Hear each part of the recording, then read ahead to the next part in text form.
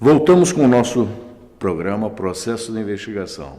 Hoje, tratando do assunto dos menores, os chamados menores, que na verdade são as crianças e os adolescentes. Tanto os crimes que eles sofrem, quanto aos atos que eles praticam e que são conflitantes com a teoria. Isso, inclusive, é uma novidade para nós, que agora não podemos mais falar de menores infratores, não? Adolescente em conflito com a lei. Agora em adolescente em conflito com a lei. Como é que vocês veem essa modificação de nomes? Para vocês, muda alguma coisa ou não? É que seria um tratamento mais respeitoso ao adolescente, não um adolescente infrator, porque ele é uma pessoa, não significa que ele está sempre infringindo a lei, mas ele está em conflito com a lei. Essa adequação.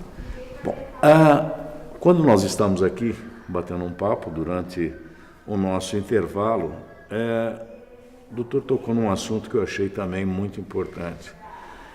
Doutor, como é que é essa história dos pais que procuram a delegacia para registrar boletins de ocorrência contra professores? Infelizmente tem acontecido. Como o senhor disse no bloco anterior, alguns pais têm deixado para as escolas a atribuição de educar seus filhos.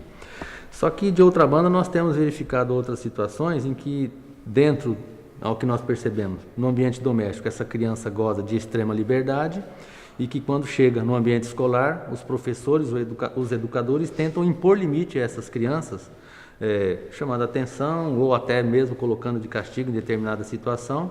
E alguns pais não se conformam com este comportamento e nos procuram dizendo que o seu filho teve o seu direito violado, a sua criança, seu adolescente foi submetido a algum tipo de constrangimento pela atitude do professor.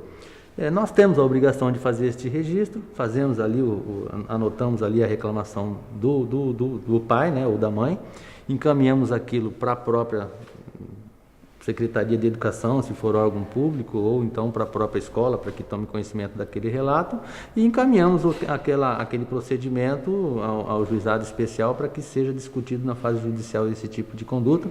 Mas, de qualquer forma, o que nós temos percebido é isso, que enquanto alguns pais, como o senhor bem disse, passa para as escolas a obrigação de educar, outros nem mesmo a escola tem o direito de exercer essa função, porque eles próprios reprimem a ação dos professores. E fora isso, nós temos também o caso que tanto o senhor quanto a doutora Línia havia comentado comigo, de pais que não estão nem aí com os filhos, não tomam conta dos filhos. Até o senhor nos dizia de um caso que a delegacia está trabalhando, em que os pais levaram dois dias para notar que o filho estava desaparecido. E o senhor veio a saber que é comum essa criança ficar fora de casa, tudo isso. Então nós notamos os dois extremos, não, doutor? Aquele pai que se importa de um professor chamar a atenção, com aquele pai que não importa nada. Mas não só isso, doutor. Nos nossos adolescentes em conflito com a lei, eles, no caso de não serem apreendidos em flagrante, eles devem ser entregues a um responsável, né? Sim.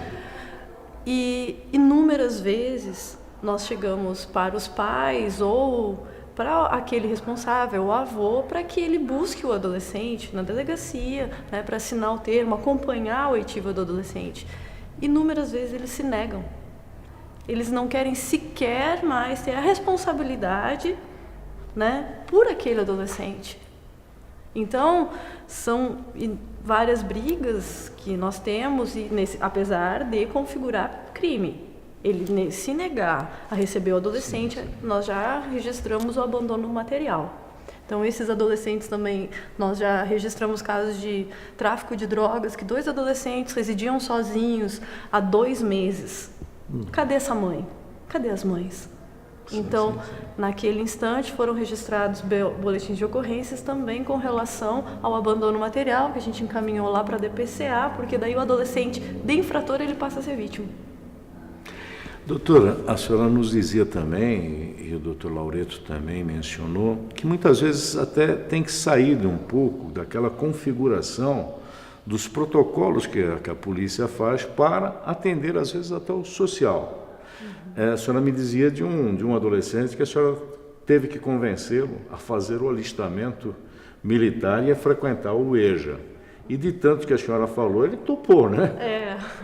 Ele topou. O que acontece? A mãe foi nos procurar, né, pedindo uma ajuda, novamente pedindo uma ajuda, e nós perguntamos o que ela queria, né? Aí, como é dever de todos se alistarem para obter o certificado de reservista, para que ele possa obter um emprego, né? Nós fomos até a casa dela e ele se negou, disse que ele não iria fazer o alistamento. Bom, então vamos lá, vamos conversar comigo.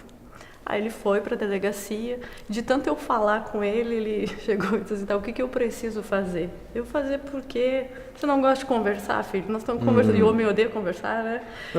Então ele disse, eu não, só precisa terminar o eixo como a tua mãe quer, fazer o alistamento para te obter teu certificado de reservista e conseguir um emprego. Porque eu perguntei para ele, o que tu quer? O que tu quer? Eu quero balada. Nossa, mas enquanto estiver dependendo da tua mãe, são as regras dela. Sim. Né? Claro. Então tem que obter a tua independência. Sim, então existem certos degraus a serem, a gente alcançar o que quer. Quer a balada, quer a liberdade? Então nós temos alguns degraus para subir. Tu terminar o teu ensino médio, que ele estava no 3º ano, obter o teu certificado de reservista, conseguir um trabalho. Ele, é isso que eu preciso? A senhora vai parar de falar? Eu disse, vou parar de falar. Aí no outro dia ele foi, os investigadores levaram ele até o exército. O setor de alistamento. Isso, para que ele conseguisse. E ele conseguiu. Não sei se ele obteve o certificado ou foi chamado, aí o decorrer da história. Doutores, para diminuir o nosso serviço, doutor, o senhor que trabalha com a criança e o adolescente vítima, o que o senhor aconselha para os pais para não deixar esse adolescente ou essa criança se tornar vítima, sei lá, de molestadores, de outras coisas? O principal, que eu sempre digo, é a vigilância constante. Os pais, principalmente de criança na primeira infância, aquelas crianças que não conseguem ainda verbalizar ou têm dificuldade para verbalizar qualquer tipo de coisa em relação à própria idade, então estas crianças merecem uma atenção diuturna. Tem que ter alguém responsável constante ali para que essa criança não possa ser vítima de nada, porque a criança não vai ter condições de relatar o que aconteceu.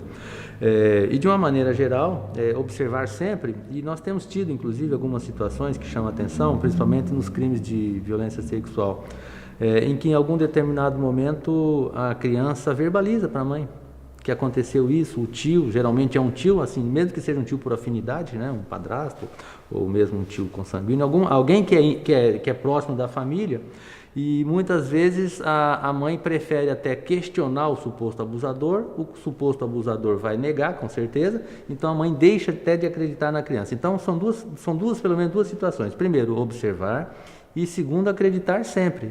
Porque uma criança dificilmente vai inventar alguma coisa desta gravidade, principalmente se tratando de abuso sexual. Eu quero agradecer, dizendo que essa não será a última vez. Nós vamos conversar mais ainda sobre essas duas delegacias.